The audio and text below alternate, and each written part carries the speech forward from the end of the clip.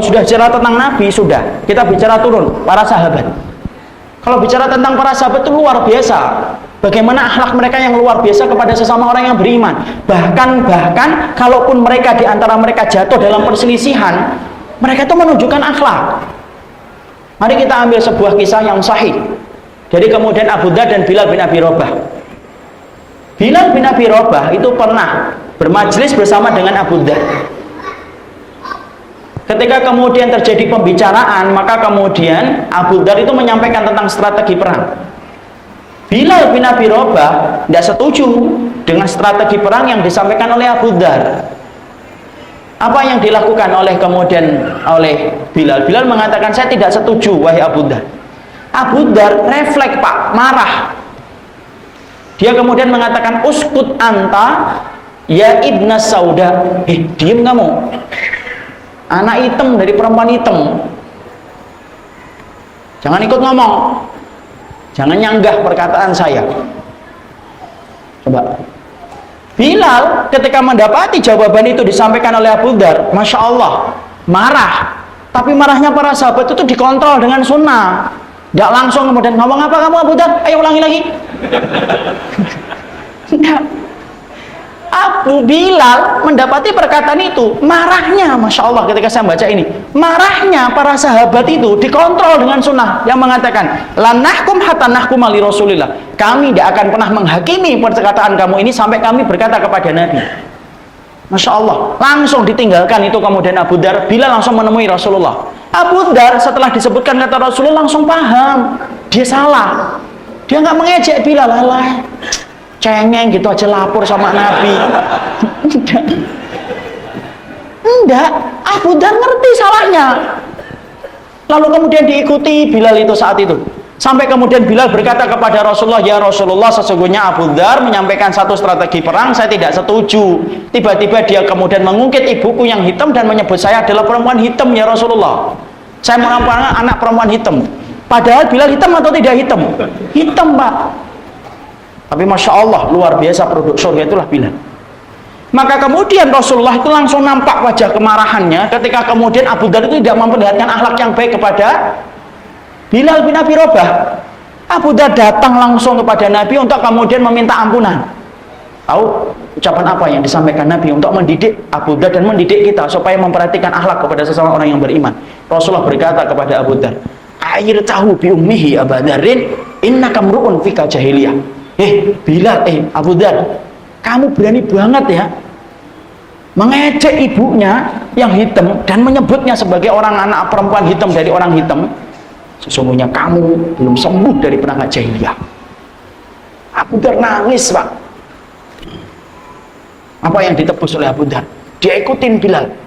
Kemudian dia letakkan pipinya di atas jalan yang sering dilewati oleh Bilal ketika akan mengumandangkan adzan. Lalu kemudian dia berkata dari Bilal, dari kejauhan, ya Bilal, tolong injek pipiku. Karena kamu adalah orang yang mulia dari perempuan yang mulia. Masya Allah, nebus dirinya. Dan aku tidak akan ridho sampai kamu nginjek pipiku. Sampai kemudian Bilal memaafkan dan meridhoi apa yang dilakukan oleh Abu Dzar. Akhlak para sahabat. Masya Allah. Sampai Abu Dzar itu merelakan pipinya. Padahal secara status sosial lebih mulia mana? Abu Dzar datang dari orang Quraisy, Bilal datang dari mantan budak. Tapi karena mereka ngerti akhlaknya, bahwasanya kalau mereka menuruti nafsu ketika mereka menjalankan muamalah kepada orang yang beriman, mereka ngerti bahwasanya mereka itu menyimpang dari sunnah Nabi. Itu akhlak. Perhatikan lagi akhlaknya Salman Al-Farisi ketika mengingatkan Abu Darda. Bapak tahu kan Abu Darda seorang sahabat, orang Ansor yang kemudian masuk Islam karena disebabkan dari Abdullah bin Ruwahah dakwahnya. Tapi apa yang terjadi? Abu Darda, Pak, itu akhirnya kemudian ketika Salman Al-Farisi, karena Salman Al-Farisi ini dipersaudarakan dengan Abu Darda, maka kemudian tiba-tiba Salman Al-Farisi datang ke rumahnya Abu Darda, lalu kemudian mendapati Abu Darda, istrinya itu menyajikan dan pakaiannya itu berantakan. Lalu kemudian Salman Al-Farisi mendapati keterangan dari istrinya, saudaramu Abu Darda itu tidak memperhatikan aku, tidak pernah menyentuh tubuhku.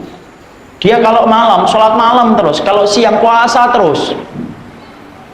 dia tenggelam dalam ibadah dan aku tidak pernah disentuh. Abu Darda dan Ummu Darda, Pak.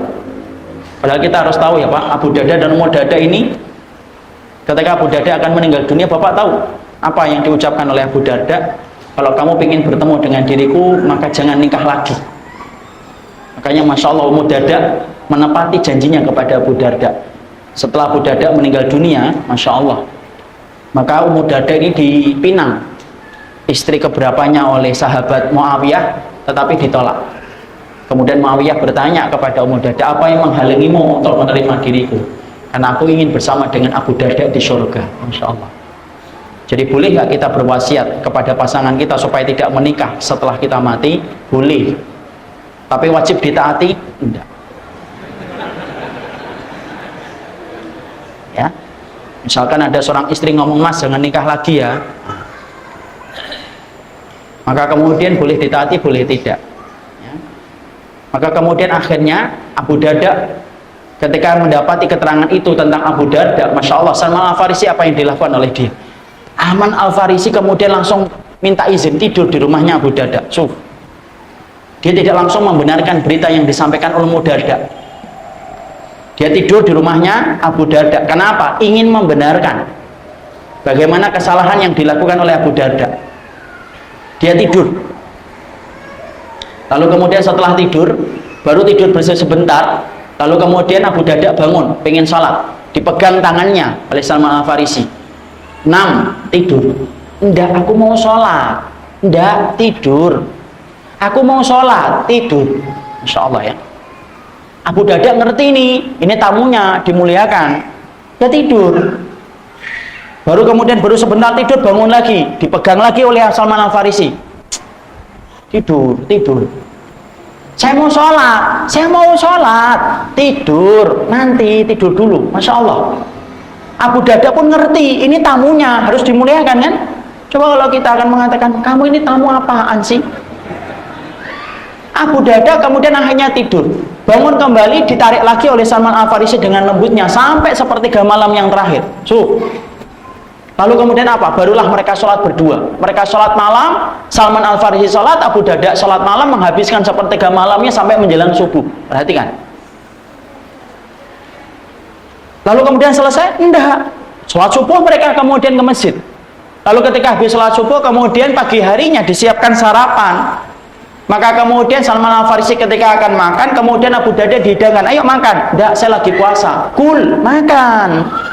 Saya lagi puasa, makan. Wa inilah aqulu hatta ta'kula. Saya tidak akan makan sampai kamu makan.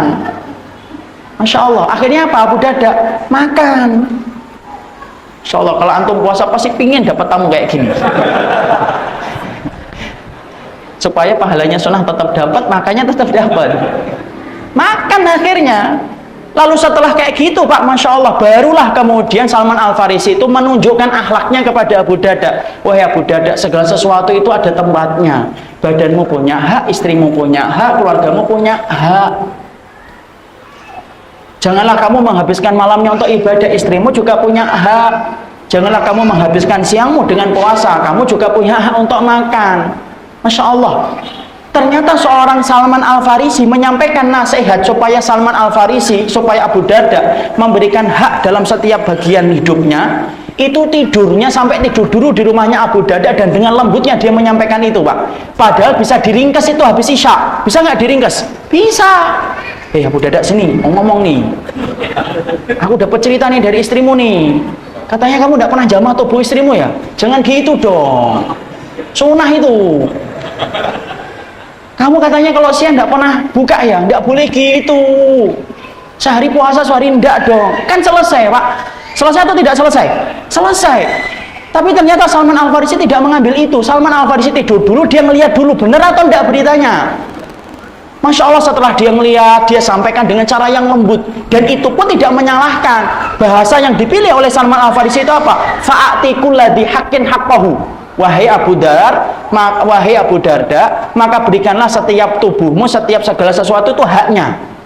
Itu lebih dari 24 jam Pak, setelah tidur bersama dengan Abu Darda baru menyampaikan nasihat itu. Ini lebih lama ini dari aturan kita untuk lapor ke RT. Karena apa? Akhlak. Kita ambilkan contoh-contoh nyata supaya gambaran itu jelas, Pak. Karena akhlak itu bukan riwayat-riwayat yang kita kupas dan kita kaji menunjukkan tentang akhlak, tapi kemudian keluar dari majelis ilmu tidak ada akhlaknya, bukan itu. Oh, banyak sekali kajian ilmu yang membahas tentang akhlak, tapi Masya Allah setelah keluar majelis ilmu tetap tidak pernah nyapa sama orang yang beda sama dia. Tidak pernah kemudian memberikan tegur salam sama orang yang beda ngajinya dengan dia. Masya Allah. Kehidupan akhlak itu indah dibahas di majelis ilmu, tapi kemudian gersang ketika di luar majelis ilmu. Kenapa? Gagal di dalam mempraktekkan. Karena akhlak itu hanya dipercontohkan ketika kita bertemu dengan kelompoknya, tapi tidak dicontohkan ketika tidak bertemu dengan kelompoknya. Coba, Masya Allah. Ketika yang meninggal orang Irak tidak memberikan empati, yang meninggal orang Iran tidak memberikan empati. Ketika yang meninggal orang Afghanistan nggak memberikan empati, tapi kalau yang meninggal kelompoknya memberikan empati. Ini kan menunjukkan bahwasanya banyak orang yang hari ini pinter, doktor di bidang akhlak, tapi hanya untuk kelompoknya. Tapi dia awam di luar kelompoknya. Kalau kemudian bicara akhlak kepada kelompoknya, Masya Allah bagaikan mutiara emas yang mahal harganya. Tapi di luar kelompoknya, Masya Allah bagaikan lempengan besi yang tidak ada harganya, itu akhlak dia.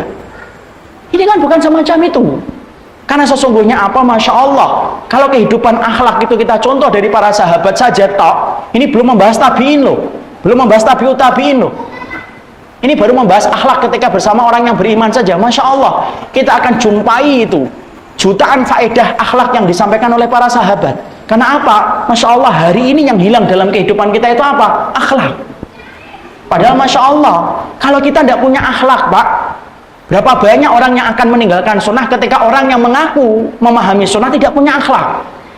Jangan sampai ya kita dibenci karena akhlak. Kenapa? Siapapun yang dibenci karena akhlak itu musibah. Tapi kalau antum dan saya dibenci karena kebenaran, itu anugerah. Tapi kalau saya dan antum dibenci karena akhlak, itu adalah musibah besar. Kenapa? Tidak ada nabi yang dibenci karena akhlak. Tidak ada rasul yang dibenci karena akhlak. Tapi mereka itu dibenci karena kebenaran yang mereka sampaikan. Apa susahnya kita itu memperlihatkan akhlak yang baik? Apa susahnya bagi antum untuk mendoakan daripada antum menghujat? Apa susahnya bagi antum untuk diam ketika antum tidak paham daripada antum ikut berkomentar tetapi antum tidak paham? Karena apa? Masya Allah, kehidupan ini akan gersang sunnah itu kalau kita tidak punya akhlak. Orang hari ini rame-rame meninggalkan sunnah, bisa jadi karena kesalahan kita tidak memperlihatkan akhlak yang baik.